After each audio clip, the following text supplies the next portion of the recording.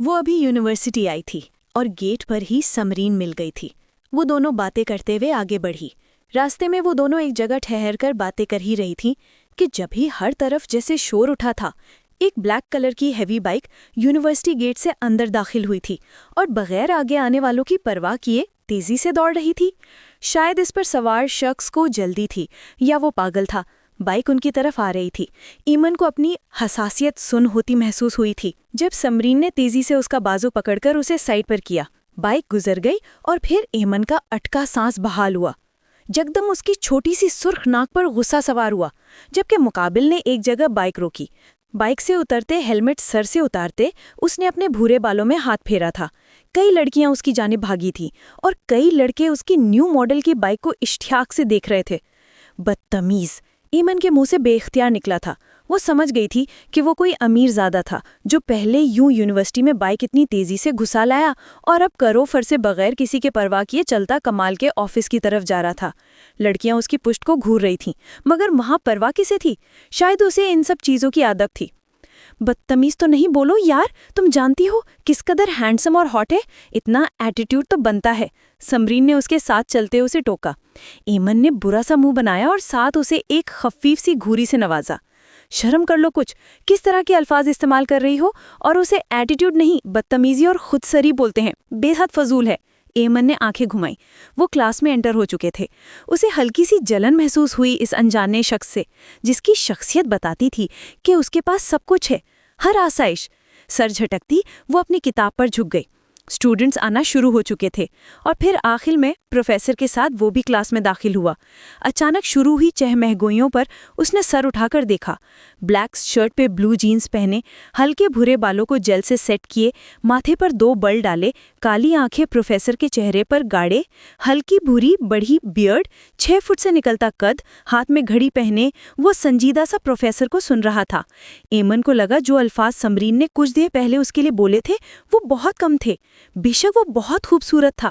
اس نے تیزی سے پلکیں جھپکی اور نظریں اس کے چہرے سے ہٹائی تھیں۔ کلاس شروع ہو چکی تھی۔ وہ بھی ایک کرسی پر بیٹھ گیا تھا۔ سب کی نظریں اس پر جمی ہوئی تھیں لیکن اس مغرور شہزادے نے ایک بار بھی کسی کی طرف دیکھنے کی کوشش نہیں کی تھی۔ ایمن نے نک چڑھائی۔ اسٹوڈنٹس، آج جو میں اسائنمنٹ دینے والا ہوں وہ بہت امپورٹنٹ ہے۔ میک شور کہ آپ سب ٹھیک سے کریں گے۔ اس کے مارکس آپ کو فائنل میں ملیں گے۔ یہ آپ لوگوں کا آخری سال ہے سو اچھے سے اپنا بیسٹ دیں۔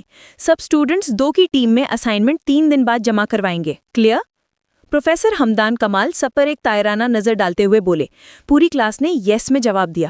یار، اگر میرا پیئر اس ہینڈسم کے ساتھ بنا تو میں اسے کڈنیپ کر لوں گی، سمرین ایمن کے کان میں گھستی بولی تھی۔ ایمن نے عجیب سی نظروں سے اسے دیکھا۔ اتنا بھی وہ کوئی ہنسی نہیں ہے کہ تم جرم کرتی پھرو اس کے پیچھے لگ کر۔ ایمن نے اسے گھورتے ہوئے تنبیہ کی جس پر سمرین دانت نکالنے لگی۔ Roll number 107۔ پروفیسر کی آواز پر وہ دونوں چوکی تھی۔ پروفیسر نے آنکھیں چھوٹی کرتے ایمن کو دیکھا جس نے ابھی ہاتھ کھڑا کیا تھا۔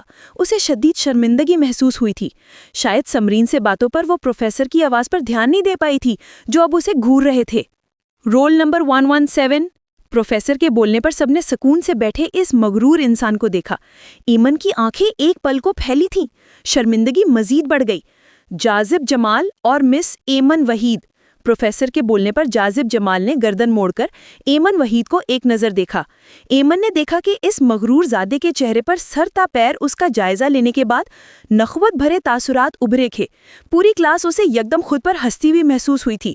مقابل نے نظریں پھیر لی اور کلاس کی توجہ ایمن سے ہٹ گئی تھی۔ کیا وہ اتنا اہم تھا لوگوں کے لیے؟ مس ایمن، آپ کا پچھلا اسائنمنٹ بھی ٹھیک نہیں تھا۔ میک شور یہ پرفیکٹ ہو ورنہ آپ نقصان جھیل سکتی ہیں، پروفیسر نے سنجیدگی سے کہتے ہوئے رجسٹر اٹھا لیا تھا۔ کلاس کا ٹائم ختم ہو چکا تھا۔ وہ کلاس سے نکل گئے۔ جاذب کمال بھی پاکٹس میں ہاتھ ڈالے، ببل گم منہ میں ڈالے، اب کلاس سے باہر نکل چکا تھا۔ پوری کلاس یوں اس کے پیچھے باہر نکلی جیسے وہ کسی ریاست کا شہزادہ ہو اور باقی سب اس کے غلام۔ ایمن نے برا سا منہ بنایا تھا۔ تم کتنی لکی ہو ایمن، تمہیں اس کے ساتھ اسائنمنٹ بنانے کا موقع ملا ہے۔ سمرین بری طرح ایکسائٹڈ ہوئی اور وہ دونوں کلاس سے باہر نکلی۔ کلاس میں کبھی دیکھا تو ہے نہیں اسے میں نے، یہ آخری سیمسٹر تک پہنچ کیسے گیا ہے؟ ایمن کتابیں سینے سے لگائے پرسوچ انداز میں بولی۔ اسے ابھی بھی جاذب کمال کی خود پر پڑی نخوت بھری نظر بھولی نہیں تھی۔ مائی لو، جینیس لوگوں کو یوں روز آنے کی ضرورت نہیں ہے اور ساری یونیورسٹی اسے جانتی ہے، خاص کر لڑکیاں۔ نہ جانے کس دنیا میں رہتی ہو تم۔ سمرین نے اس کے کندھے پر بازو پھیلائے شاعرانہ انداز میں کہا، جس پر ایمن نے لب دبائے مشکل ہانسی روکی۔ اچھا، میں پھر اس سے پوچھ لوں کچھ پوائنٹس، پھر ہاف میں کر لوں گی، ہاف وہ کر لے گا۔ ایمن اس بات میں سر ہلاتے بولی تو سمرین نے اسے چمکتی نظروں سے دیکھا۔ زیادہ میسنی مت بنو۔ اس کے کندھے پر دھمو کا رسید کرتے ایمن گھورتے ہوئے آگے بڑھی تھی، جبکہ سمرین کلس کر رہ گئی۔ تم اور تمہارے دوسری دنیا سے آئے الفاظ۔ سمرین نے پیچھے سے جلتے ہوئے ہانک لگائی تھی، کیونکہ ایمن عجیب الفاظ بولتی تھی، خاص کر میسنی، جو کم از کم سمرین کو اپنے ذہن کے اوپر سے گزرتے معلوم ہوتے تھے۔ وہ تیز قدموں سے چلتی جازب کی جانب بڑھ رہی تھی، جو کہ لڑکیوں کے درمیان کھڑا نہ جانے کون سی باتیں کر رہا تھا، اور لڑکیاں بھی شہد کی مکھیوں کی طرح اس کے ارد گرد منڈلا رہی تھی۔ ایکسکیوز می، بڑا سا دوپٹہ کندھے پر ٹھیک کرتے وہ پوری ہمت سے بولی تھی، لیکن پھر بھی اتنی لڑکیوں کو وہاں اس کے قریب جمع دیکھ کر اسے اپنی آواز کسی کھائی سے آتی معلوم ہو رہی تھی۔ ایکسکیوز می مسٹر جازب جمال۔ ایک قدم آگے بڑھاتے وہ اب قدرے تیز لہجے میں بولی کہ سب لڑکیوں نے چونک کر اسے دیکھا، اور ساتھ ہی ان سب کی آنکھوں میں ناگواری اتر آئی۔ تم میں سے کیسے حکم دے رہی ہو؟ کہاں کی مہارانی ہو تم؟ ایک لڑکی خونخوار نظروں سے اسے گھورتے ایمن کی بات کاٹ چکی تھی۔ ایمن نے اس لڑکی کو دیکھا جو ان سب میں سب سے زیادہ اسے بری طریقے سے گھور رہی تھی۔ میں نے تم سے بات نہیں کی، میں ان سے بات کر رہی تھی۔ تم بتا دو تم کون سا حصہ کرو گے؟ میں یہاں کھڑے رہ کر تم پر اپنا وقت ضائع نہیں کرنا چاہتی، سنجیدگی سے کہتے ہوئے اس کا چہرہ سرخ ہوا تھا۔ ایک تو وہ اس لاڈلے نواب کو بلانے آئی تھی، اوپر سے ان عجیب و غریب لباس پہنے لڑکیوں کی باتیں سننی پڑ رہی تھی۔ وہ آرام سے ٹیبل پر بیٹھا تھا، اچانک نیچے اترا تھا، اس کے ماتھے پر ہلکے سے بل نمودار ہوئے تھے۔ پہلی بات، مجھے تم بلانے کا حق میں نے تمہیں نہیں دیا، اور دوسری بات، مجھے نہیں لگتا تمہارا وقت ضائع ہو رہا ہے۔ تم نے جا کر کمپنیاں تو چلانی نہیں ہے۔ وہ اس کی حالت پر چوٹ کرتے طنزیہ بولا تھا۔ ایمن نے ایک نظر نیچے دیکھا، شاید اس کی نظریں تیز تھیں، شاید نہیں، یقیناً جس نے اس کی ٹوٹی جوتی نوٹ کی تھی۔ ایمن کو یکدم شرمندگی ہوئی اور پھر غصہ اس کے ذہن پہ سوار ہوا۔ اور جو تم مجھے تم بلا رہے ہو اس کا کیا؟ تمہیں بھی حق نہیں دیا میں نے۔ میرے لیے یہ اسائنمنٹ بہت ضروری ہے، اگر کرنی ہے تو بتاؤ، اور میں گھر جا کر کیا کرتی ہوں تمہیں اس سے سروکار نہیں ہونا چاہیے۔ کم از کم عیاشیاں تو نہیں کرتی اپنے باپ کے پیسوں پر۔ وہ تڑک کر بولی تھی۔ شاید وہ اس طرح اس لہجے میں نہ بولتی اگر وہ لڑکیوں سے دیکھ کر ہنس نہیں رہی ہوتی، جن کی نظریں اب اس کی جوتی پر تھی۔ ایمن کو اس پل سامنے کھڑا شخص زہر لگا تھا۔ شٹ اپ یو بلڈی، باپ تک مت جاؤ ورنہ تم ابھی مجھے جانتی نہیں ہو۔ اور رہی بات اسائنمنٹ کی، مجھے نہیں بنانی ایک فٹیچر اور نالائق کے ساتھ اسائنمنٹ، جاؤ خود کر لو۔ اور زبان، وہ سخت غصے میں بولتے بولتے رکا تھا۔ ایمن ایک دم اس کی دھاڑ پر پیچھے ہوئی تھی۔ اسے محسوس ہوا کہ مقابل غصے کا خاصا تیز تھا، جو چھوٹی سی بھی بات خود پر برداشت کرنا خود کی توہین سمجھتا تھا۔ بند رکھو اپنی، ایک قدم اس کی جانب بڑھاتے وہ سنجیدگی سے بولا تھا۔ ایمن نے دانت پیستے اسے دیکھا تھا۔ فائدہ اتنے حسن کا جب انسان کی زبان ہی اچھی نہ ہو، سراسر پیسوں کا گھمنڈ تھا اسے۔ ٹھیک ہے، پھر پروفیسر سے بات کیجیے دا آپ۔ ناک پھلائے اس نے مقابل کو سختی سے گھورا تھا۔ اس کی ناک میں پہنی نوز پن پوری آب و تاب سے چمک رہی تھی، گال سرخ ہو رہی تھی۔ وہ پلٹ گئی، اس کی آنکھوں میں پانی تیر گیا تھا۔ کیا پیسہ ہی سب کچھ ہوتا ہے؟ کیا جس کے پاس پیسے نہ ہو وہ انسان نہیں ہوتے؟ کیا ضروری ہے ٹوٹے جوتوں والوں کو نیچا دکھانا؟ آنکھوں سے پھسلتے آنسوؤں کو صاف کرتے وہ بار بار اسے یہی بول رہی تھی۔ اسے افسوس تھا کہ وہ اس امیر زادے کے پاس گئی تھی۔ اب وہ کہاں جانتی تھی، جازب کمال واقعی چھوٹی سے چھوٹی بات تک برداشت نہیں کر پاتا تھا، یہاں تک کہ اس کی ذات کے خلاف بولا گیا ایک اف تک بھی نہیں۔ وہ تیزی سے پروفیسر کمال کے کمرے میں آئی۔ سر، آپ میرا پیر کسی اور کے ساتھ بنا دیجئے، میں جازب جمال کے ساتھ کام نہیں کر سکتی۔ وہ لب کچلتے ہوئے بولی تو پروفیسر کمال نے آنکھیں سکیڑ کر اسے دیکھا۔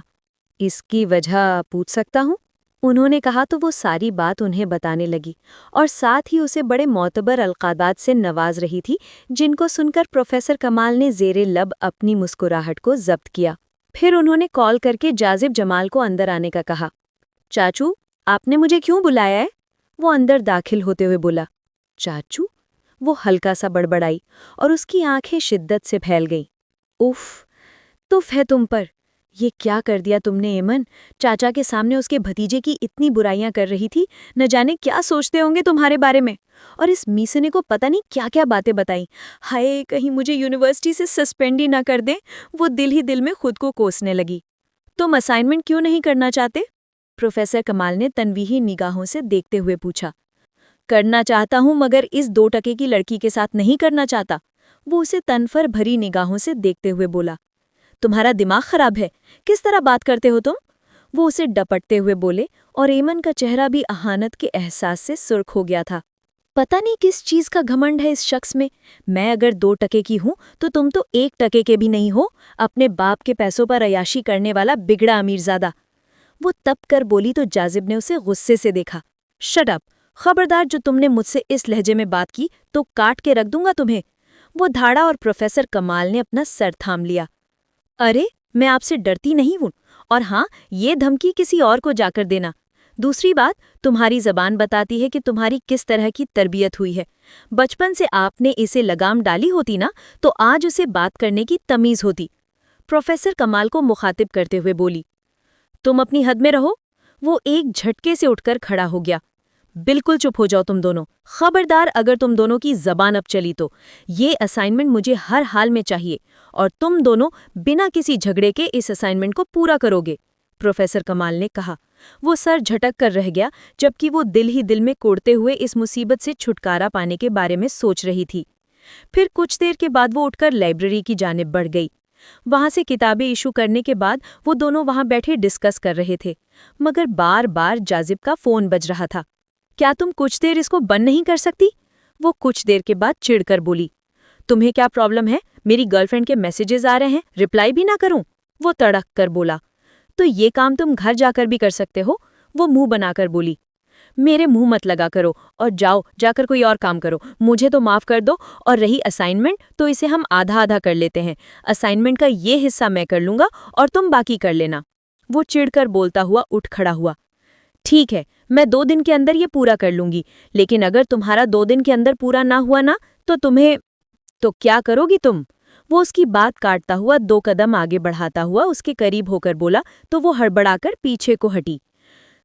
دیکھو، مجھے ایسی حرکتیں بالکل پسند نہیں ہیں، اور تم مجھے اپنی چیپ گرل فرینڈز کی طرح مت سمجھنا، اور نہ ہی میں تم سے کوئی ڈرتی ہوں۔ وہ اس کی ساحرانہ آنکھوں سے بمشکل نگاہیں چرا کر بولی۔ وہ اپنی بکس اٹھا کر غصے سے باہر کی جانب بڑھ گیا۔ آنے والے دنوں میں وہ دونوں اپنے اپنے کام میں مصروف رہنے لگے۔ پروفیسر کمال نے اپنے گھر میں جاذب کی برتھ پارٹی دی تھی اور جاذب کے سب کلاس فیلوز اور فرینڈز کو بھی انوائٹ کیا تھا۔ وہ اپنے دھیان میں جوس پی رہا تھا کہ جب ہی انٹرنس سے داخل ہوتی ایمن کو دیکھ کر اس کا حلق کڑوا ہو گیا۔ اوف، توبہ! اس بہن جی کو کسی قسم کا کوئی فیشن سینس نہیں ہے، اور اس کو تمہارے چاچو نے فورس کر کے یہاں پر انوائٹ کیا ہے۔ حد ہوتی ہے یار، ایسے لگ رہا ہے کہ پوری پارٹی کا مزہ کرکرا ہو گیا ہو، سونیا نے طنزی انداز میں کہا۔ وہ چلتی ہوئی اس کے پاس آئی۔ ہیپی برتھ ڈے مسٹر جاذب جمال، اس نے بکے اس کی طرف بڑھاتے ہوئے کہا تو وہ بکے تھام کر سائڈ پہ رکھتا سگریٹ سلگا گیا۔ وہ کچھ دیر کے بعد اپنی فرینڈز کی جانب بڑھ گئی۔ جاذب، تمہیں چیلنجز پورے کرنے کا بہت شوق ہے نا؟ چلو آج میں ایک چیلنج تمہیں دیتا ہوں۔ اس لڑکی کو اپنے پیار میں پاگل کر دو، یہاں تک کہ تم سے اپنی محبت کی بھیک مانگے۔ اس کے دوست نعمان نے ایمن کی طرف دیکھتے ہوئے کہا۔ سوری، وہ میری ٹائپ کی نہیں ہے، میں اسے 10 منٹ تک برداشت نہیں کر سکتا۔ وہ منہ بنا کر بولا۔ یعنی کہ تم ہار مان رہے ہو؟ نعمان کے ساتھ ساتھ اب باقی سب بھی اسے اکسانے لگے تھے، اور سب جانتے تھے کہ وہ کتنی جلدی ہائپر ہو جاتا ہے۔ میں کسی چیز سے نہیں ڈرتا، 7 دن کے اندر یہ لڑکی مجھ سے محبت کا اظہار کرے گی، وہ سرد لہجے میں بولا۔ پھر وہ آنے والے دنوں میں ایمن کے ساتھ کافی اچھا برتاؤ کرنے لگا تھا۔ وہ اس کے رویے پر کافی زیادہ الجھ چکی تھی۔ ایک تو وہ شخص اس قدر حسین تھا کہ اس کی بے اختیار دھڑکن تیز ہونے لگتی تھی، اور اوپر سے اس کا رویہ جب سے بدلنے لگا تھا وہ کچھ زیادہ ہی اس کے بارے میں سوچنے لگی تھی، اور آج تو اس کے رویے کے بارے میں سمرین نے بھی کہہ دیا تھا۔ تم نے نوٹ کیا ایمن کہ جاذب جمال تم میں دلچسپی لے رہا ہے؟ سمرین نے کہا تو اس کا دل جیسے تیز دھڑکنے لگا۔ وہ تو پہلے ہی اس شخص کے سحر میں گرفتار تھی، وہ جتنا بھی برا تھا مگر نہ جانے کیسے اسے دیکھنے کو من کرتا تھا، اور وہ اپنے احساسات کو اپنے اندر دبا کر رکھے ہوئے تھی۔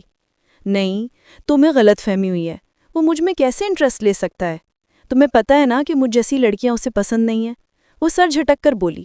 نہیں، وہ کافی چینج ہو گیا ہے، تم بھی ذرا غور کرنا، سمرین نے کہا تو وہ اپنے بے قابو ہوتے دل کو سنبھالنے لگی۔ پھر کچھ دیر کے بعد وہ لائبریری سے بکس لینے کے لیے چلی گئی، اور وہیں سے ایشو کرنے کے بعد وہ بیٹھی وہاں پر اسائنمنٹ بنا رہی تھی کہ اس سے وقت گزرنے کا احساس ہی نہیں ہوا، اور کسی نے لائبریری کا دروازہ لاک کر دیا۔ 5 بجے کے قریب جب اسے ہوش آیا تو وہ جلدی سے اٹھ کر باہر کی جانب بڑھنے لگی، مگر دروازہ بند تھا۔ اس نے پریشانی سے نگاہیں گھما کر دیکھا تو لاسٹ والے بینچ پر جاذب جمال بیٹھا موبائل پر مصروف تھا۔ وہ چلتی ہوئی اس کے پاس آئی۔ لائبریری کا دروازہ لاک ہے، اسے کیسے کھلوائیں گے؟ وہ اس کے پاس آ کر بولی تو وہ ایک دم سے چونک کر دروازے کی طرف بڑھا۔ اوہ شٹ، مجھے تو ٹائم کا احساس ہی نہیں ہوا۔ شام ہو گئی اور مجھے لگتا ہے پوری یونیورسٹی خالی ہو گئی ہوگی۔ جاذب کی بات پر اس کا رنگ زرد پڑ گیا۔ اب کیا ہوگا؟ وہ لب کو چلتے ہوئے نم لہجے میں بولی۔ میں کوشش کرتا ہوں، شاید چاچو فون پک کر لیں، وہ کہتے ہوئے اپنے موبائل سے نمبر ملانے لگا، مگر سگنل ایشو آ رہا تھا۔ اوہ گاڈ، یہاں تو سگنل ہی نہیں آ رہے ہیں۔ وہ تعصب سے سر ہلاتے ہوئے بولا تو منہ متوحش انداز میں وہیں پر بیٹھے رونے لگی۔ اچھا پریشان نہیں ہو، میں کچھ کرنے کی کوشش کرتا ہوں، وہ کہتے ہوئے بینچ رکھ کر اس پر چڑھتے ونڈو سے جھانکنے لگا۔ ہیلو، کوئی ہے؟ ہم لوگ یہاں پھنس چکے ہیں، کوئی ہمیں نکالے گا؟ وہ جھانکتے ہوئے کسی نہ کسی کو پکار رہا تھا، مگر دوسری طرف ہنوز سناٹا تھا۔ بس لائبریری میں دبی دبی اس کی سسکیوں کی آواز سنائی دے رہی تھی۔ وہ اس کے رونے پر اب بیزار سا ہو گیا تھا۔ کیا ہو گیا ہے تمہیں؟ اگر ہم یہاں کچھ پل پھنس بھی جائیں گے تو کچھ قیامت نہیں آ جائے گی؟ وہ منہ بنا کر بولا۔ قیامت آ ہی جائے گی اور مجھ پر ہی آئے گی۔ آپ جیسے لوگوں کے لیے یہ بہت معمولی بات ہے، مگر ہماری فیملی میں اس بات کو بہت اچھالا جائے گا۔ لوگ تو پہلے ہی میرے بابا کو کہتے ہیں کہ مت بھیجو یونیورسٹی میں، لڑکی بگڑ جائے گی، اور آج میں وقت پر نہ پہنچی تو سب کی باتوں پر مہر لگ جائے گی اور لوگ میرے کردار پر انگلی اٹھائیں گے اور میرے بابا پتہ نہیں کیسے فیس کریں گے۔ وہ روتے ہوئے بولی۔ اف توبہ، ایک تو مڈل کلاس لوگوں کی مجھے سمجھ نہیں آتی کہ آخر ایسا کرتے کیوں ہو؟ تمہارے خاندان والوں کو اپنے گھروں میں چین نہیں ہے کیا، جو دوسروں کے گھروں میں تانگ جھانک کرتے ہیں؟ وہ بیزاری سے بولا تو اس بار وہ بنا کچھ بولے سر گھٹنوں میں دیے رونے لگی۔ آہستہ آہستہ باہر اندھیرا بچھاتا جا رہا تھا اور یہاں تک کہ شام کے 7 بج گئے تھے۔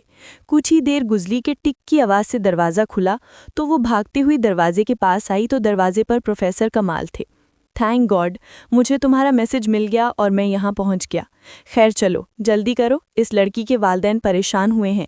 گارڈ نے بتایا کہ کتنی بار آ کر وہ یہاں سے پوچھ چکے ہیں۔ پروفیسر کمال نے کہا تو وہ اپنے آنسو صاف کرتی باہر نکل آئی۔ پروفیسر کمال انہیں لے کر باہر گئے اور گاڑی جیسے ہی اس کے گھر کے سامنے رکی تو وہاں ایک مجمع لگا ہوا تھا۔ وہ متوحش انداز میں اندر کی جانب بھاگی۔ وہ دونوں بھی اس کے پیچھے پیچھے اندر گئے تو سامنے ایک عورت چلا چلا کر اس کی کردار کشی کر رہی تھی اور اس کا باپ جھکے کندھوں سے سر جھکائے آنسو بہا رہا تھا۔ بابا، وہ پکارتی ہوئی تیزی سے ان کی جانب بڑھی تو اس عورت نے تیزی سے آگے بڑھتے ہوئے اسے زور سے دھکا دیا اور اس سے پہلے کہ وہ گرتی کی جلدی سے جاذب نے اسے تھام لیا۔ لو، ٹھیک کہہ رہی تھی نا میں کہ کسی مرد کا ہی چکر ہے، مجھے تو لگتا ہے 2 مردوں کے ساتھ وقت گزار کر آئی ہے۔ اس عورت کی بات پر پروفیسر کمال اور جاذب دونوں کا چہرہ غصے سے سرخ ہو گیا۔ آپ کا دماغ خراب ہو گیا ہے؟ دیکھیے، میں ایکسپلین کرنے کی کوشش کرتا ہوں، اس میں اس بچی کا کوئی قصور نہیں ہے۔ دراصل میرا بھتیجا اور یہ لائبریری میں پھنس گئے تھے۔ میرے سٹاف نے بغیر دیکھے لائبریری کو لاک کر دیا اور ان کے سگنل ایشو بھی تھے، جس کی وجہ سے مجھے میسج نہیں مل پایا، اور جب سگنل آنے پر میسج ملا تو پھر میں فوراً وہاں پہنچا اور وہاں سے نکالا انہیں۔ پروفیسر کمال نے ایکسپلین کرتے ہوئے کہا، مطلب اتنا وقت آپ کے بھتیجے کے ساتھ یہ اکیلی ہی رہی؟ بس بھائی جان، میں اپنے بیٹے کا رشتہ آپ کی بیٹی کے ساتھ نہیں کر سکتی۔ ارے نہ جانے اکیلے میں کیا کچھ ان دونوں کے بیچ ہوا ہوگا، اس عورت نے غصے سے کہا۔ یہ آپ کیا کہہ رہی ہیں آپا؟ اس بار عید کے بعد شادی ہے اور آپ یہ رشتہ توڑ رہی ہیں؟ آپ تو جانتی ہیں نا میری بیٹی ایسی نہیں ہے، پلیز آپ اس طرح مت کیجیے۔ برسوں کا رشتہ اس طرح ختم نہیں ہوتا۔ آپ تو پہلے ہی جانتی ہیں کہ میری بڑی بیٹی کو بھی طلاق ہو چکی ہے، چھوٹی کا رشتہ ختم ہو گیا تو ہم تو جیتے جی مر جائیں گے۔ ایمن کی ماں ہاتھ جوڑتے ہوئے بول رہی تھی۔ پروفیسر کمال نے زور سے مٹھیاں بھینچ لیں اور جاذب تو گمسم سا بس اسے دیکھ رہا تھا، جو کہ فقط چہرے کے ساتھ کھڑی تھی۔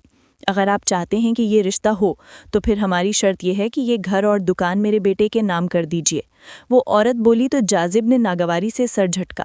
میری بات مانیے تو اپنی بیٹی کا رشتہ یہاں پر مت کیجیے گا، یہ رشتہ ٹوٹ جانا بہتر ہے اس بات سے کہ آپ کی بیٹی ایسے لالچی لوگوں میں جائے۔ زندگی بھر کے پچھتاوے سے بہتر اب بہترین فیصلہ لیجیے۔ جاذب نے دخل اندازی کی تو کمال نے حیرانی سے اسے دیکھا۔ اسے شاید اس سے اس قدر اچھی بات کرنے کی امید نہیں تھی اور وہ خود بھی اپنی بات پر حیران رہ گیا۔ نہ جانے ایمن کا یوں سر جھکا کر رونا اسے کیوں برا لگ رہا تھا۔ وہ لڑکی جو اس کی آنکھوں میں آنکھیں ڈال کر بات کرتی تھی اس وقت اس قدر بے بسی سے کھڑی خود کی کردار کشی ہوتی دیکھ رہی تھی اور ایک لفظ تک نہیں بول پا رہی تھی، اور اسے اس بات پر غصہ بھی آ رہا تھا اور اس پر ترس بھی آ رہا تھا، اس لیے وہ نہ چاہتے ہوئے بھی بیچ میں بول پڑا۔ سر، میرے بھتیجے نے بات بالکل ٹھیک کہی ہے، ایسے لالچی لوگوں کو بیٹی دیں گے تو زندگی بھر پچھتائیں گے۔ پروفیسر کمال نے بھی سنجیدگی سے جواب دیا تو وحید صاحب نے زخمی نگاہوں سے انہیں دیکھا۔ میری بڑی بیٹی آج سے کچھ عرصہ پہلے طلاق لے کر گھر میں بیٹھی ہے اور دوسری کا بھی رشتہ توڑوانا چاہ رہے ہیں آپ؟ یہ معاشرہ بہت گندا ہے، یہاں پر لڑکی کی غلطی نہ بھی ہو تو اسے ہی غلط کہا جاتا ہے۔ میری بیٹی کا یہ رشتہ بھی ختم ہو گیا تو پھر کوئی میری دہلیز پر نہیں آئے گا۔ میری بڑی بیٹی پر اس کے سسرال والے ظلم ڈھاتے تھے اور 5 سال سے اسے اولاد ہی نہیں ہوئی، ہر طرح کا میری بیٹی نے علاج کروایا مگر اسے بانجھ کہہ کر طلاق دے دی گئی، اور اب اس کا کہیں رشتہ نہیں آئے گا کیونکہ میرے آس پاس سب جاننے والے یہی کہتے ہیں کہ وہ بانجھ تھی، اور اب اگر چھوٹی بیٹی کا رشتہ ختم ہوا تو لوگ کہیں گے یہ بد کردار تھی، کسی مرد کے ساتھ وقت گزار کر آئی تھی۔ آپ کیا جانے ہم مڈل کلاس لوگوں کے دکھ، وحید صاحب نے تلخ لہجے میں کہا۔ آپ کی بات بالکل ٹھیک ہے، لیکن اس کا یہ مطلب تو نہیں کہ آپ اپنی بیٹی کے ساتھ اس طرح کی زیادتی کر دیں۔ اللہ پر یقین رکھیے، اس اللہ نے آپ کے لیے کچھ نہ کچھ بہترین فیصلہ کر کے رکھا ہوگا۔ پروفیسر کمال نے سنجیدگی بھرے لہجے میں کہا۔ اچھا، میں اگر اپنی بیٹی کا رشتہ توڑ دوں تو میری بیٹی آپ کے اس بھتیجے کے ساتھ بیاہنا پسند کرے گی؟ کیا اس کے ساتھ یونیورسٹی کی لائبریری میں قائد ہو چکی تھی؟ اور کیا آپ کا یہ بھتیجا شادی کرے گا جو کہ اب بڑھ چڑھ کر بول رہا ہے، جس کی وجہ سے میری بیٹی بدنام ہو چکی ہے؟ وحید صاحب نے تلخ لہجے میں کہا۔ بالکل کروں گا۔ اس سے پہلے کہ پروفیسر کمال کوئی بات کرتے، جاذب نے جلدی سے کہا، اور پروفیسر کمال نے اسے بے یقینی سے دیکھا۔ یہ کیا کہہ رہے ہو تم؟ ہوش میں تو ہو، ایسی باتیں اس طرح جلد بازی میں نہیں ہوتی، پہلے اس بارے میں گھر جا کر بات کریں گے پھر فیصلہ ہوگا۔ پروفیسر کمال نے ڈپٹتے ہوئے کہا۔ میں بالکل ہوش میں ہوں چاچو، اور یہ فیصلہ میں نے بہت سوچ سمجھ کر ہی کیا ہے، اور سوچ سمجھنے کے لیے وقت کی ضرورت نہیں ہوتی، ایک پل کافی ہوتا ہے۔ انکل، میں آپ کی بیٹی سے شادی کروں گا، وہ جلدی سے بولا تو وحید بے یقینی بھرے لہجے میں بولے۔ کیا آپ سچ کہہ رہے ہیں؟ بالکل انکل، اگر آپ ابھی چاہیں تو میں ابھی نکاح کرنے کو تیار ہوں، جاذب جلدی سے بولا تو وحید صاحب نے اپنی آنکھوں کو صاف کرتے ہوئے اس کے کندھے پر ہاتھ رکھا۔ نہیں، میں اس وقت یہ نکاح نہیں کر سکتا، آپ جا کر سوچ لیجئے، پھر اپنے والدین کو لے کر آئیے، پھر میں رشتہ دوں گا، کیونکہ میں بھی آپ کے چاچو کی بات پر اتفاق کرتا ہوں، وحید صاحب نے کہا۔ شور، جب آپ کہیں گے میں تبھی رشتہ لے آؤں گا، وہ تیز لہجے میں بولا تو پروفیسر کمال نے لب بھینچ کر اپنے راج دلارے کو تعصب سے دیکھا جو کہ آج انہیں بھی گھما کر رکھ گیا تھا۔ پھر وہ لوگ اجازت لے کر گھر کے لیے نکل آئے اور پروفیسر کمال اسی کو گھورے جا رہے تھے۔ سچ سچ بتا، کیا چل رہا ہے تیرے دماغ میں؟ وہ بولے۔ کچھ نہیں چل رہا میرے دماغ میں نے تو اس لڑکی کو بچانے کے لیے یہ سب کہا، وہ سر جھٹک کر بولا۔ شادی کوئی کھیل تماشا نہیں ہے، اگر تم نے اسے شادی کی ہے تو اسے زندگی بھر نبھانا بھی پڑے گا۔ کیا تمہیں لگتا ہے کہ تم اس لڑکی کو خوش رکھو گے جس کے ساتھ تم ایک اسائنمنٹ بنانے کے وقت اس قدر انکمفرٹیبل تھے؟ ہاں تو وہ سٹارٹ کی بات تھی نا، مگر اس کے بعد وہ مجھے اچھی لگنے لگی تو بس میں نے فیصلہ کر لیا، میں اسے کھونا نہیں چاہتا، پلیز چاچو، وہ جلدی سے بولا تو پروفیسر کمال نے اسے مشکوک نگاہوں سے دیکھا۔ تو سچ کہہ رہا ہے کیا؟ پروفیسر کمال کے لہجے میں عجیب سا تاثر تھا جسے محسوس کر کے وہ سخت جھنجھلا گیا۔ ارے قسم سے 100% سچ، وہ مجھے اچھی لگنے لگی ہے۔ اب ڈیڈ اور موم سے آپ نے بات کرنی ہے، مجھے نہیں پتا آپ کیسے مناؤ گے، لیکن کل تک وہ مان جانے چاہیے اور ہم کل ہی رشتہ لے کر جائیں گے۔ میں کسی قسم کا کوئی رسک نہیں لے سکتا، وہ جلدی سے بولا تو پروفیسر کمال نے سرد آہ بھرتے ہوئے گاڑی سٹارٹ کر لی اور دل ہی دل میں وہ اپنے بھائی جان اور بھابھی کو منانے کا پلان سوچ رہے تھے، کیونکہ انہیں پتا تھا کہ ان کا ضدی بھتیجا جو ٹھان چکا ہے اب وہ پوری کرنے کے لیے کچھ بھی کرے گا۔ وہ لوگ گھر پہنچے اور ڈنر کے ٹائم اس نے جمال صاحب اور زیبا کو جاذب کی خواہش کے بارے میں بتایا تو وہ لوگ چونک گئے۔ دماغ خراب ہو گیا اس کا، ہم چاہتے ہیں کہ یہ ہائر اسٹڈی کے لیے لنڈن جائے اور اس کے بعد آ کر اپنا بزنس سنبھالے، مگر یہ شادی کے چکر میں پڑنا چاہتا ہے۔ زیبا نے اسے لتاڑتے ہوئے کہا، میں شادی کے بعد بھی یہ کام کر سکتا ہوں، اور میں نے بول دیا ہے تو بس بول دیا ہے۔ وہ تب کر بولا، میں ہرگز رشتہ لے کر نہیں جاؤں گی، اور ایک مڈل کلاس فیملی میں تو ہرگز نہیں۔ وہ ناگواری سے بولیں تو وہ ایک جھٹکے سے اٹھ کر کھڑا ہو گیا۔ تو ٹھیک ہے، آپ کے خواب ہے نا، وہ بھی خاک میں ملا دوں گا میں۔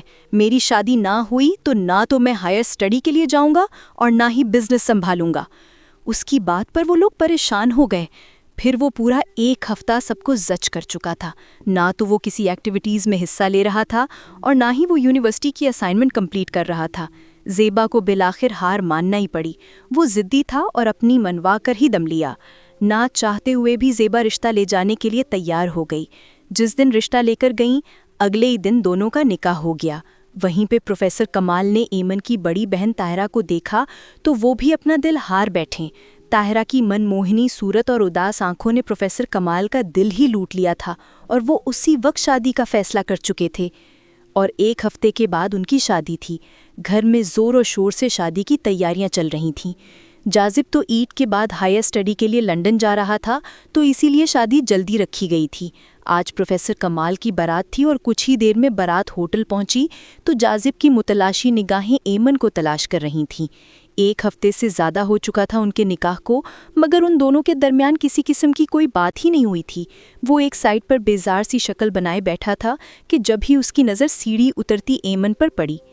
سکن اور گولڈن کلر کے پاؤں کو چھوتے فراک میں شانوں پہ دوپٹہ لیے وہ بہت حسین لگ رہی تھی۔ وہ یک ٹک اسے دیکھے گیا۔ کچھ دیر کے بعد وہ کچھ سامان وغیرہ لے کر واپس سیڑھیاں چڑھتی اوپر روم کی طرف بڑھ گئی۔ جاذب بھی پیچھے پیچھے چلا آیا تھا۔ وہ ایک کمرے میں داخل ہوئی تو جاذب جلدی سے اس کے پیچھے اندر داخل ہوا۔ وہ سامان رکھتے ہی جیسے ہی پلٹی تو دروازے پر کھڑے جاذب کو دیکھ کر ٹھٹک گئی اور دل جیسے پسلیاں توڑ کر باہر نکلنے کو بےتاب تھا۔ وہ شخص جو کچھ دن پہلے اسے سخت زہر لگتا تھا، وہ ایک دم سے نہ جانے کیوں اتنا اچھا لگنے لگا تھا۔ وہ دروازہ بند کرتا دھیرے دھیرے چلتا اس کے پاس آیا تو وہ پیچھے کو قدم لینے لگی اور یہاں تک کہ اس کی پیٹھ پیچھے دیوار سے لگ گئی۔ جاذب پاس آتے دیوار پر ہاتھ رکھے اس پر جھکا تو وہ زور سے آنکھیں میچ گئی۔ جاذب مبہوت سا اسے دیکھ رہا تھا، جس کے گندمی رنگت میں حیا کی سرخی چھلک رہی تھی۔ وہ آہستہ سے اپنے لب اس کے ماتھے پر رکھتا اسے ساکت کر گیا، پھر دھیرے دھیرے وہ اس کے چہرے کے ہر نقش کو چونتا گیا۔ وہ اس کے سینے پر ہاتھ رکھ کر اسے پیچھے دھکیلنے کی کوشش کرنے لگی، مگر جاذب نے اس کے دونوں ہاتھوں کو جکڑ کر اس کے سر کے باز دیوار سے لگاتے اس پر اپنی شدتیں بڑھا دیں۔ چھوڑے مجھے، وہ مزاحمت کرتے ہوئے اب سر دائیں بائیں مارنے لگی تھی۔ جاذب نے ناگواری سے اسے دیکھا۔ کیوں ڈسٹرب کر رہی ہو مجھے؟ وہ اس کی آنکھوں میں آنکھیں ڈال کر سنجیدگی سے بولا۔ یہ ٹھیک نہیں ہے، وہ اپنے لبوں کو چباتے ہوئے بولی۔ ان پر تم نہیں صرف میں ہی غضب ڈھا سکتا ہوں۔ وہ اس کے نچلے ہونٹ کو انگوٹھے سے مسلتے ہوئے بولا تو وہ شرم سے جیسے پانی پانی ہو گئی۔ جاذب پلیز، یہ سب ٹھیک نہیں ہے، وہ نفی میں سر ہلاتے اسے پیچھے دھکیلتے ہوئے بولی۔ تم میری بیوی ہو اور یہ میرا حق ہے، تم مجھے میرا حق لینے سے روک نہیں سکتی۔ وہ کہتے ہوئے اس کی کمر میں ہاتھ ڈالتے اس پر اپنی شدتیں برسانے لگا۔ وہ اسے روکتی جا رہی تھی مگر جاذب پر تو جیسے جنون ہی طاری تھا۔ پھر اس نے جاذب کو زبردستی خود سے دور کرتے ایک زوردار تھپڑ اس کے چہرے پر رسید کیا تو وہ یقینی سے اسے دیکھنے لگا اور وہ بھی خود کو اسے تھپڑ مارنے کے بعد اپنے منہ پر ہاتھ رکھے شاکڈ سی کھڑی تھی۔ اوہ آئی ایم سوری، وہ مجھ سے پتہ نہیں کیسے ہاتھ اٹھ گیا، وہ گھبرا کر بولی تو جاذب نے غصے سے سامنے شیشے پہ مکہ دے مارا اور چھناکے سے شیشہ ٹوٹ کر اس کا ہاتھ زخمی کرتا چلا گیا۔ وہ متوحش انداز میں کانوں پر ہاتھ رکھے رونے لگی۔ وہ دوبارہ سے چلتا ہوا اس کے پاس آیا اور اس کی کمر میں ہاتھ ڈالتا اس کی آنکھوں میں آنکھیں ڈال کر دیکھنے لگا۔ اس تھپڑ کی قیمت تم ضرور چکاؤ گی، وہ سلگتے لہجے میں بولا اور ایک غصیلی نگاہ ڈال کر لمبے لمبے ڈنگ بھرتا وہاں سے نکلا تو وہ پاگلوں کی طرح اس کے پیچھے بھاگی۔ پلیز میری بات سنیے جاذب، آپ کے ہاتھ سے بہت زیادہ خون نکل رہا ہے، میں آپ کی مرہم پٹی کر دیتی ہوں، وہ اس کے سامنے کھڑے ہوتے ہوئے التجائی لہجے میں بولی، مگر وہ تو غصے سے اسے پیچھے دھکیلتے پچھلی سائڈ سے ہوتا پارکنگ ایریا میں جا کر زن سے گاڑی اڑاتا وہاں سے نکلتا چلا گیا۔ وہ وہیں بیٹھی ہچکیوں سے رونے لگی۔ پھر کچھ دیر کے بعد وہ بوجھل دل سے اندر داخل ہوئی۔ دودھ پلائی کی رسم کے بعد طاہرہ کی رخصتی ہو چکی تھی اور وہ رخصت ہو کر یزدانی ولا چلے گئی۔ وہ بھی گاڑی کروا کر اپنے والدین کے ساتھ گھر آ گئی۔ اس نے کپڑے چینج کرنے کے بعد آتے ہی سب سے پہلے جاذب کا نمبر ہی ملایا تھا، مگر دوسری طرف سے کال کاٹ دی گئی تھی۔ جاذب نے فریش ہونے کے بعد اپنے بجتے ہوئے فون کو دیکھا، مگر نمبر دیکھ کر اس کے اعصاب تن گئے۔ اس نے نمبر کاٹ کر موبائل کو سائڈ ٹیبل پر رکھا۔ پلیز آئی ایم سوری جاذب، میں یہ سب نہیں کرنا چاہتی تھی، مگر مجھے وہ سب اچھا نہیں لگا اس لیے میرے ہاتھ اٹھ گیا۔ آپ اگر چاہیں تو مجھے 3-4 لگا لیجیے گا، مگر پلیز مجھ سے رشتہ مت توڑیے گا۔ دوسری طرف سے آئے میسج کو پڑھ کر اس نے ناگواری سے سر جھٹکا۔ پھر کال ملائی تو دوسری طرف سے فوراً کال اٹھا لی گئی تھی۔ تو تمہیں یہ فکر ہے کہ میں رشتہ نہ توڑ دوں، ورنہ میری ناراضگی کی تو کوئی پرواہ نہیں ہوگی، بس صرف پرواہ ہے تو اپنے ماں باپ کی عزت کی۔ وہ فون اٹھاتی تلخ لہجے میں بولا، ایسی بات نہیں ہے جاذب، آپ مجھے غلط سمجھ رہے ہیں، میں آپ سے بہت محبت کرتی ہوں اور آپ سے دور جانے کے خیال سے یہ کہہ رہی ہوں، اور مجھے آپ کی فکر ہے، میں آپ کے بنا نہیں جی سکتی۔ وہ ہارے ہوئے لہجے میں بولی تو جاذب کے چہرے پہ عجیب سی مسکراہٹ رقص کرنے لگی۔ اچھا، اگر یہ بات ہے تو کل مجھ سے ملنے ہوٹل میں آؤ گی، میں بھی دیکھنا چاہتا ہوں کہ تم کتنی محبت کرتی ہو مجھ سے۔ وہ اطمینان بھرے لہجے میں بولا، لیکن اکیلے میں ملنا ضروری ہے کیا؟ وہ لب کچلتے ہوئے بولی، کیوں؟ اگر محبت ہے تو ڈر کس بات کا؟ اور اگر میں تمہیں چھوؤں گا تو گھبراہٹ کیوں؟ ہم دونوں میاں بیوی ہیں، وہ اطمینان سے بولا۔ لیکن آپ جانتے ہیں نا کہ آپ کی مدر چاہتی ہیں کہ ابھی آپ کچھ بنیں، اس طرح اگر ہم اپنا ریلیشن آگے بڑھائیں گے تو انہیں ہرٹ ہوگا۔ بہانے تم سے جتنے مرضی کروا لو، سیدھی طرح کہو کہ تم چاہتی ہی نہیں ہو مجھے۔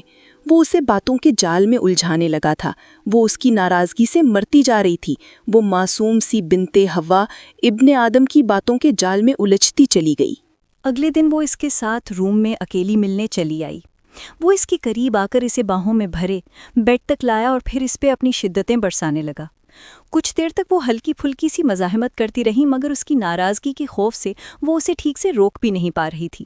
لیکن اس کی بڑھتی شدتوں سے وہ اپنے حواس کھوتی چلی گئی۔ وہ اپنا حق لینے کے بعد پرسکون سا اسے باہوں میں لیے چت لیٹا، نہ جانے کس سوچ میں گم تھا۔ جاذب، اگر کسی کو یہ پتہ چل گیا تو؟ وہ آہستہ سے بولی۔ تو کچھ نہیں میری جان، کیونکہ کوئی بھی کچھ نہیں کر پائے گا، ہم دونوں نے کوئی گناہ نہیں کیا، پلیز ریلیکس۔ اس کے بالوں کو سہلاتے ہوئے بولا تو وہ پرسکون سی ہو گئی۔ جاذب اس دن کے بعد سے اس سے بے رخی اختیار کر چکا تھا۔ وہ اس کی مزاج سے بہت پریشان تھی۔ وہ جو کچھ دن پہلے اس کی قربت کے لیے مرا جا رہا تھا، اب اسے دیکھتے ہی راستہ بدل لیتا تھا۔ آج وہ اس سے بات کرنے کا ٹھان کر آئی تھی، اور وہ اس کو ڈھونڈتی کلاس روم میں آئی تو وہ سونیا کو باہوں میں بھرے اس میں کھویا تھا۔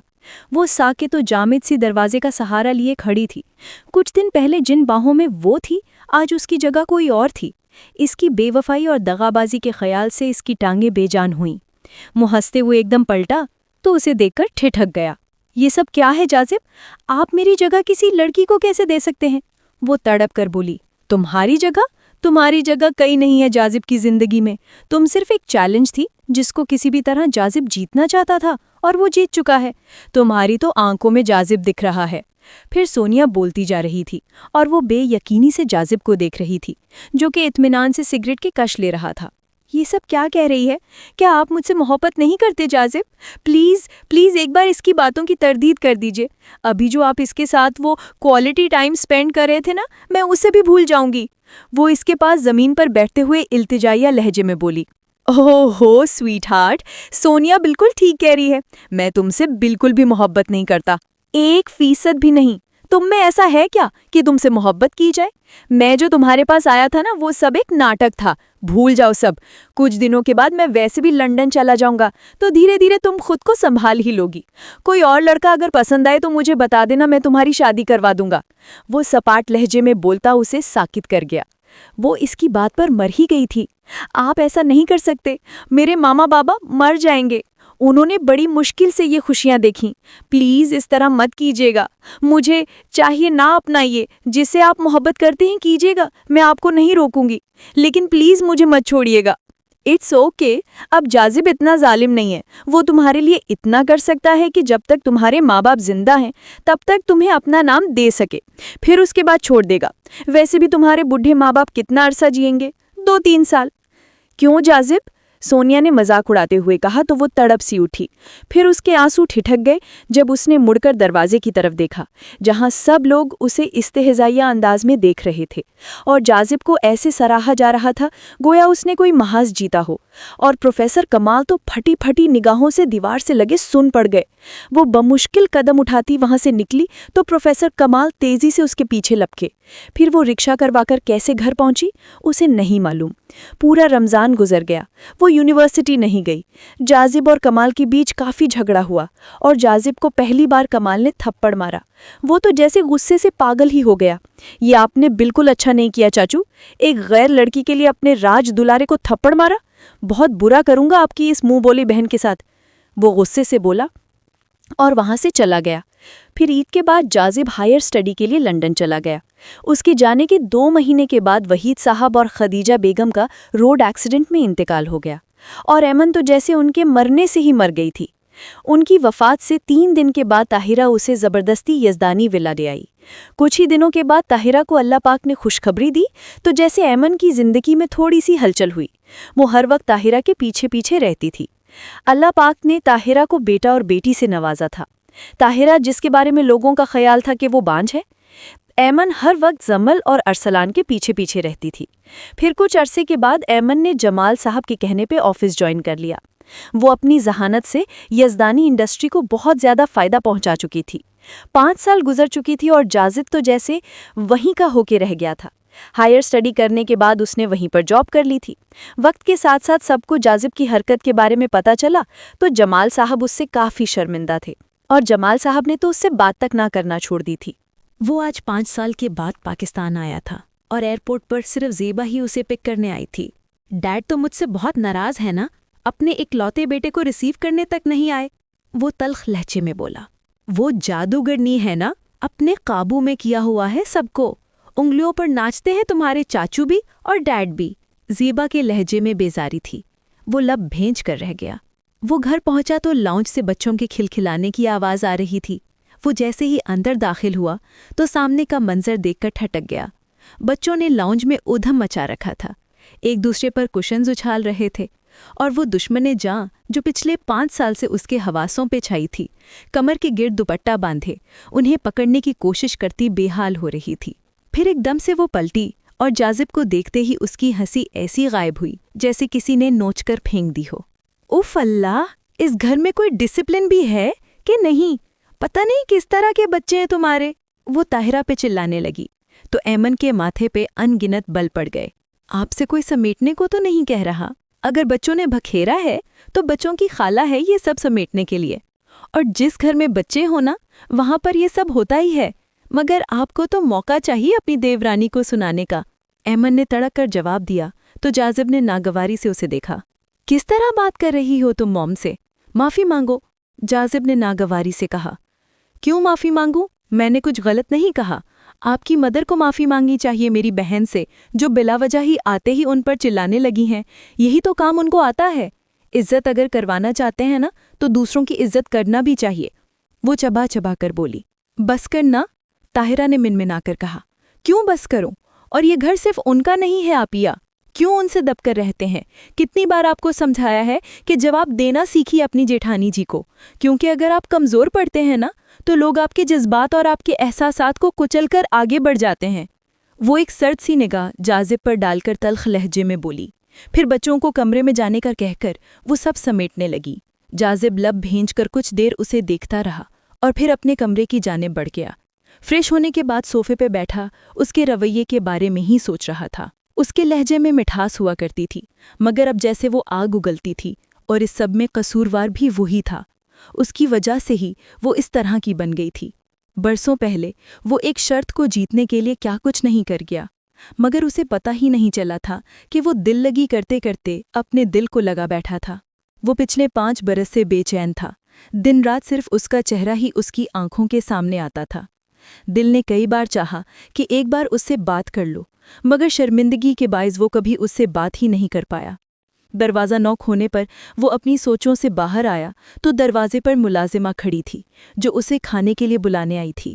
وہ اٹھ کر باہر آیا تو جمال صاحب نے اسے دیکھ کر اندیکھا کر دیا۔ اپنے بیٹے سے پوچھ لیجیے گا کب تک آفس جوائن کرے گا، جمال صاحب نے طنزیہ لہجے میں کہا تو وہ لب بھینچ کر رہ گیا۔ اگلے دن پہلا روزہ تھا اور اس نے کبھی زندگی میں روزہ نہیں رکھا تھا، اس لیے بے سدھ ہو کر وہ سویا ہوا تھا کہ جب بھی اس کا دروازہ زور سے نوک ہوا، اس نے جھنجھلا کر اپنے کانوں پر تکیا رکھا، مگر دستک مسلسل ہو رہی تھی۔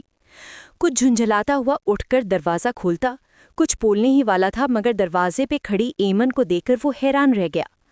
روزے کا ٹائم ہو رہا ہے، میں نے سوچا کہ ثواب کا کام ہے کہ آپ کو اٹھا دوں، وہ تڑک کر بولتی بنا اس کا جواب سنے وہاں سے پلٹ گئی۔ وہ گہرا سانس بھرتا واش روم کی جانب بڑھا اور منہ ہاتھ دھو کر وہ نیچے آیا تو جمال صاحب اور کمال نے اسے حیرانی سے دیکھا۔ تم روزہ رکھو گے؟ کمال نے طنزیہ انداز میں پوچھا۔ کیوں، میں مسلمان نہیں ہوں کیا؟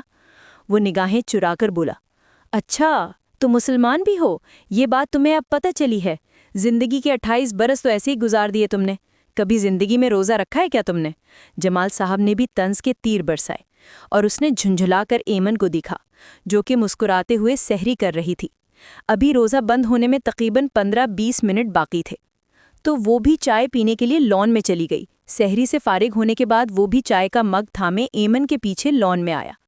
تمہیں شاید معلوم تھا کہ میں روزہ نہیں رکھتا، پھر مجھے اٹھانے کا مقصد مجھے دیکھنا چاہتی تھی کیا؟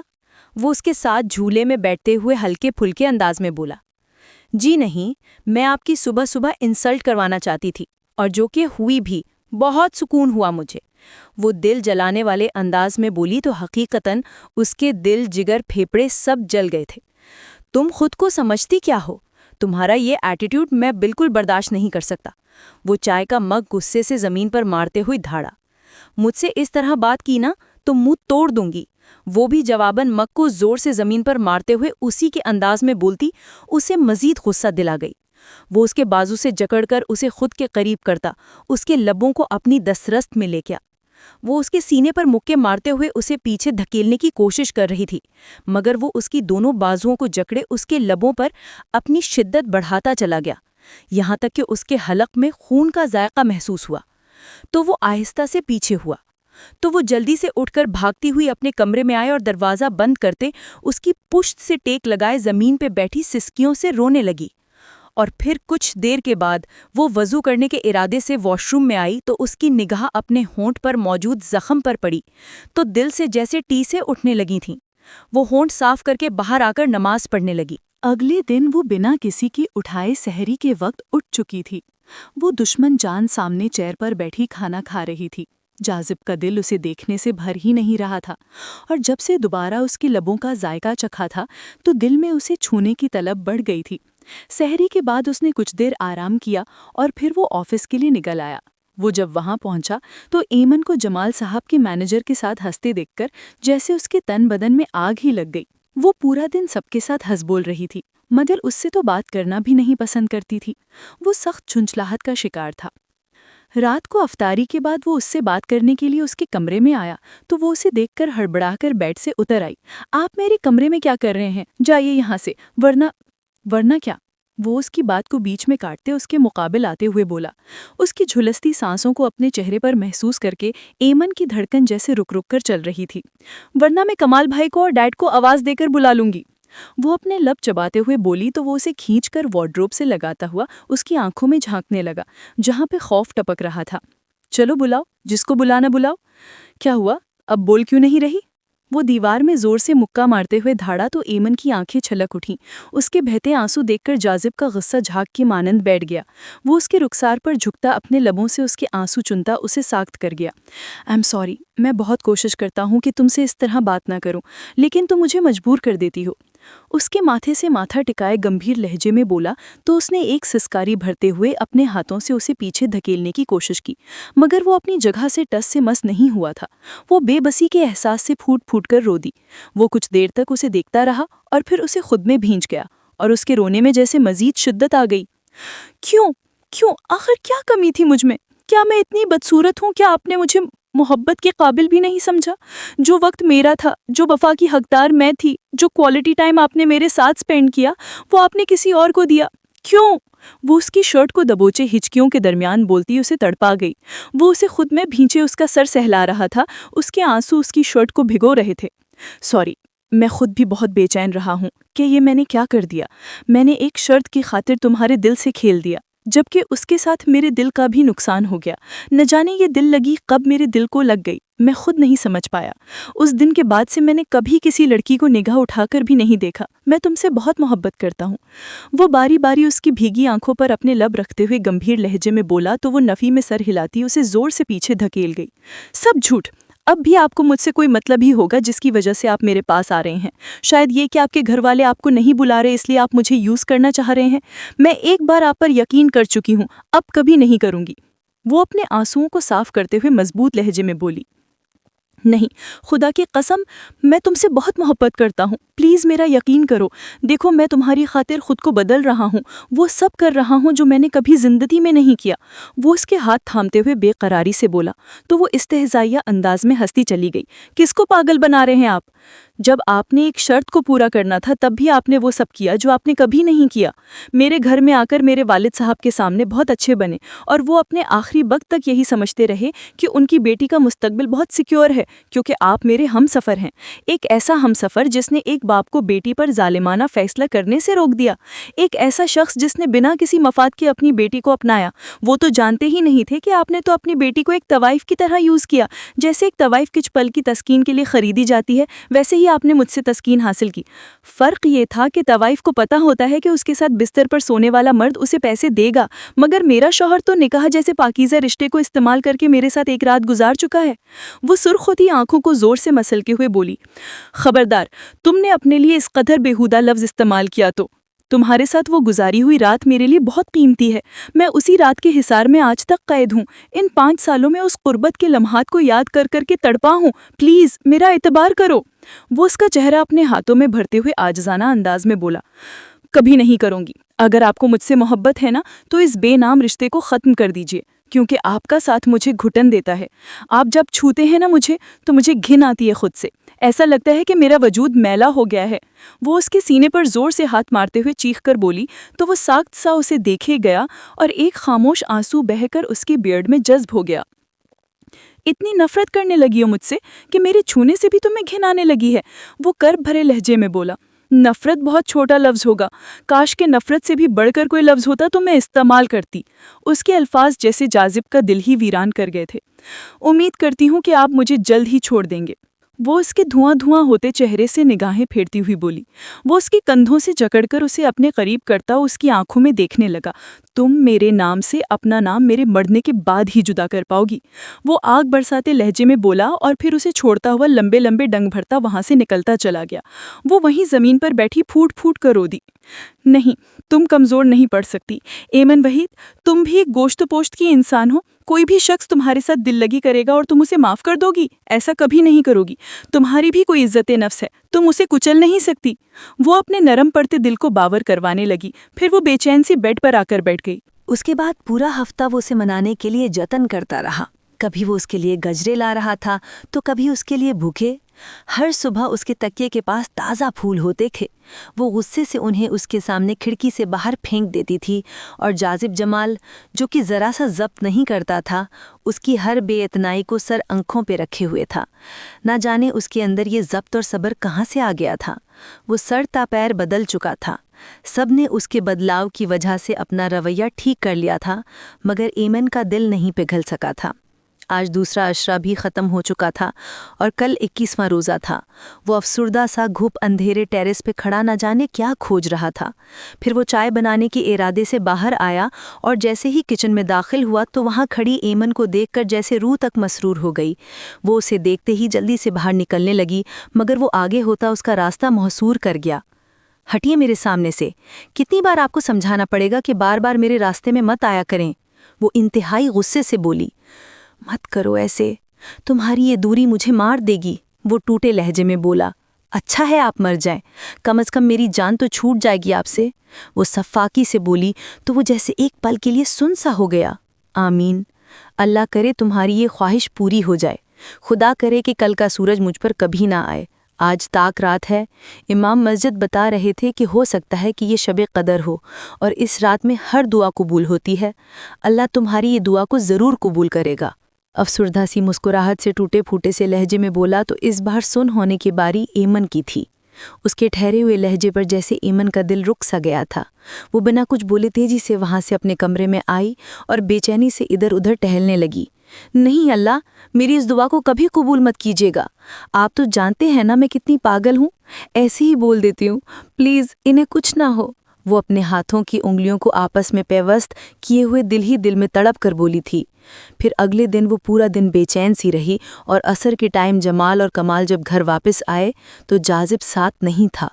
روزہ کھلنے میں کچھ دیر ہی باقی تھی کہ تبھی جمال صاحب کے نمبر پر پولیس انسپیکٹر کی کال آئی اور انہوں نے بتایا کہ جازب کا بہت زبردست ایکسیڈنٹ ہو گیا ہے۔ یہ بات سنتے ہی سب کے پیروں تلے سے زمین ہی نکل گئی تھی اور ایمن تو پھٹی پھٹی نگاہوں سے انہیں دیکھ رہی تھی۔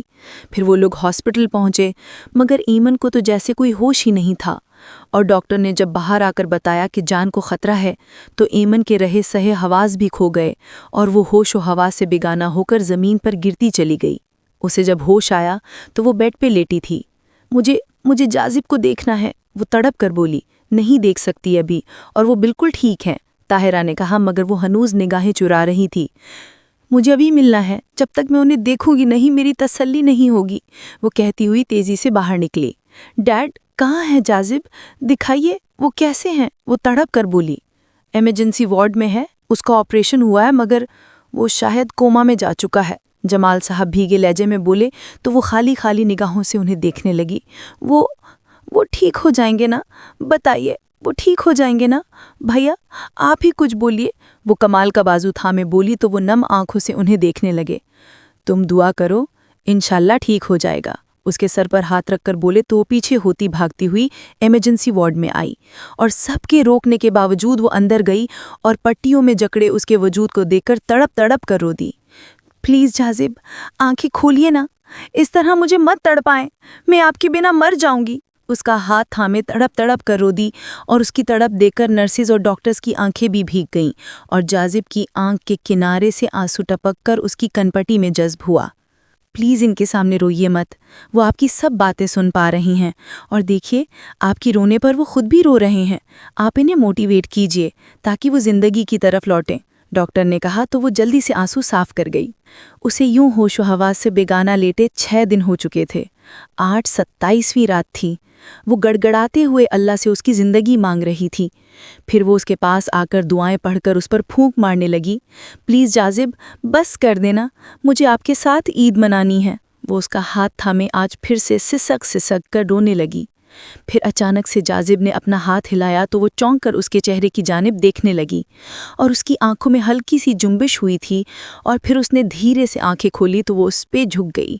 پھر وہ چلا کر ڈاکٹر کو پکارنے لگی اور ڈاکٹر آ کر چیک کیا۔ ماشاءاللہ سے بالکل ٹھیک ہیں، اور یہ میری زندگی کا پہلا کیس ہے کہ میں نے کسی انسان کو یوں کوما سے باہر آتے دیکھا ہے، اور یہ سب آپ کی دعاؤں کا اور محبت کا نتیجہ ہے، ڈاکٹر نے کہا تو اس کا دل جیسے اللہ کے حضور سجدہ شکر کرنے لگا۔ اگلے دن اسے مکمل طور پر ہوش آ چکا تھا، مگر ابھی وہ ٹھیک سے بول نہیں پاتا تھا اور نہ ہی خود سے اٹھ کر بیٹھ پاتا تھا، مگر 2 دن کے بعد وہ کافی زیادہ بہتر تھا اور تھوڑا تھوڑا بولنے بھی لگا تھا، اور اب بھی وہ ٹیک لگائے اسے دیکھ رہا تھا جو کہ اسے سوپ پلاتے آج بھی نان سٹاپ بولے جا رہی تھی۔ پتہ ہے کل عید ہے اور میں نے ابھی تک شاپنگ بھی نہیں کی، مجھے لگا تھا کہ میرا شوہر مجھے شاپنگ کروائے گا۔ میں نے چاچو سے کہہ دیا تھا، انہوں نے میری پسند کے ڈریسز تمہارے لیے منگوا لیے ہیں، کل میری پسند کا سوٹ پہن کر آنا، وہ آہستہ سے بولا۔ سچی؟ ہاؤ رومانٹک، وہ چہک کر بولی۔ ویسے ضروری نہیں کہ آپ یہیں پر ڈریس پہن کر آئیں گی، اب آپ گھر پہن کر انہیں دکھا سکتی ہیں، ڈاکٹر نے اندر داخل ہوتے ہوئے کہا تو وہ ناسمجھی سے اسے دیکھنے لگی۔ مطلب آپ مجھے چھٹی دینے والے ہیں؟ جازب نے کہا۔ بالکل مسٹر جازب، اور یہ میں صرف آپ کی وائف کی وجہ سے دے رہا ہوں کیونکہ یہ آپ کا بہت زیادہ دھیان رکھ رہی ہے، اور مجھے لگ رہا ہے کہ گھر میں بھی اس سے زیادہ اچھے سے دھیان رکھیں گی۔ Best of luck and Eid مبارک، ڈاکٹر نے مسکراتے ہوئے کہا تو وہ دونوں بھی کھل کر مسکرا دیے۔ کچھ دیر میں وہ جازب کو لے کر گھر آ گئی تھی۔ ابھی جازب ٹھیک سے چل پھر نہیں سکتا تھا، اس لیے نیچے کے کمرے میں ہی شفٹ ہونے کا فیصلہ کیا تھا۔ اگلے دن صبح اس نے جازب کو تیار کر کے باہر لاؤنج میں چھوڑا اور سب لوگ عید کی نماز ادا کرنے چلے گئے اور وہ بھی تیار ہونے کے لیے اپنے کمرے میں آ گئی تھی۔ کتنے عرصے کے بعد آج وہ پورے دل سے تیار ہوئی تھی۔ بلیک کلر کی لانگ میکسی میں ریڈ دوپٹہ لیے وہ بہت خوبصورت لگ رہی تھی۔ وہ تیار ہو کر باہر آئی تو تب تک سب لوگ عید کی نماز پڑھ کر آ چکے تھے۔ جازب کی نگاہیں تو اس پر ٹک چکی تھیں۔ تمہارے لیے ایک سرپرائز ہے، پلیز ذرا آنکھیں بند کرو، پروفیسر کمال نے کہا تو اس نے جھٹ سے آنکھیں بند کر لیں۔ اب تم کھول سکتی ہو، اسے اپنے پاس سے جازب کی آواز سنائی دی تو اس نے جھٹ سے آنکھیں کھول کر دیکھا تو وہ اس کے سامنے اپنے پیروں پر کھڑا تھا۔ وہ منہ پر ہاتھ رکھے بے یقینی سے اسے دیکھتی گئی اور پھر چیخ مارتی اس کے گلے لگ گئی۔ جازب نے اس کے گرد بازو پھیلاتے اسے خود میں بھینچ لیا۔ عید کا روشن دن ان دونوں کے لیے ڈھیروں خوشیاں لے کر آیا تھا۔